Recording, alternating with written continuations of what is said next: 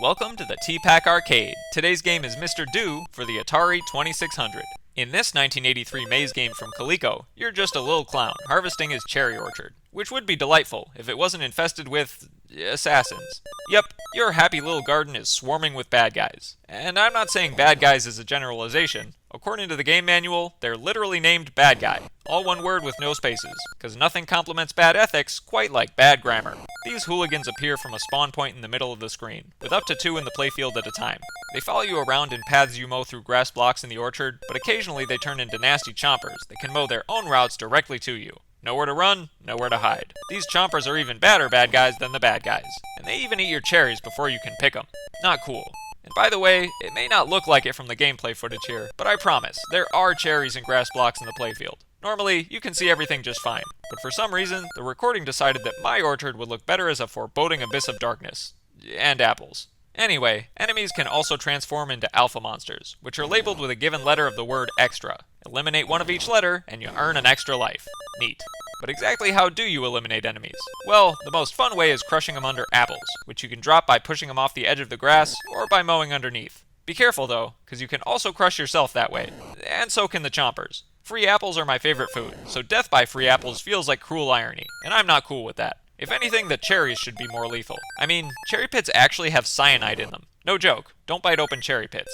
Your other mode of attack is the Powerball, which fires with the action button and ricochets around the playfield. But this is more of a last resort weapon, because not only is it hard to aim unless you're directly in front of an enemy, but the amount of time it takes before you get another Powerball seems completely random. There's nothing worse than using one on a bad guy, only to leave yourself completely defenseless against a chomper coming up from behind. If only he'd go chomp on a cyanide-filled cherry pit instead of me. Mr. Do has 8 single-screen levels that loop at increasing difficulty, and you have 3 methods to clear each level.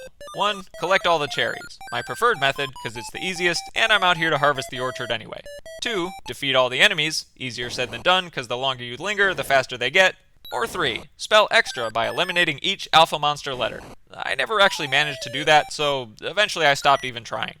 Mr. Do has some of the most charming graphics on the Atari. I especially like the little animations that add personality to the characters. Mr. Do's flappy hat tassel, the bad guy's stompy feet, and the chomper's chompy chompers. And you'll have to take my word for it, but the cherries and colorful grass make for some well-designed level graphics, even though the gameplay footage prefers to paint them as dark as the bad guy's souls. The sound design is well implemented too, from the fun level start theme, to the notes that ascend as you collect a patch of cherries in sequence, to the chime that lets you know when you've got a new Powerball ready to use. If only that chime was a little more frequent.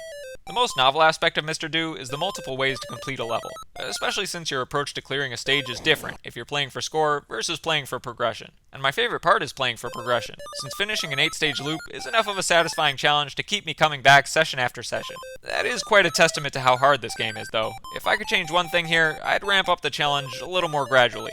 Everything starts tough and stays tough, even on the default beginner difficulty, which is the only mode I managed to loop. The other 3 difficulty settings cut your lives from 5 to 3 and make the enemies smarter and faster. Apparently the 3rd mode matches the challenge of the arcade version of Mr. Do, which means my quarter would last about half a second if I ever came across an original machine. Overall, Mr. Do was a tough sell when I first started playing, but I've grown to really love it. It's a relatively complex take on tunneling maze games, but that's what makes it worth the effort to learn, in spite of all the bad guys named Bad Guy, and the chompers, who chomp all your cherries but seem to be immune from cyanide poisoning.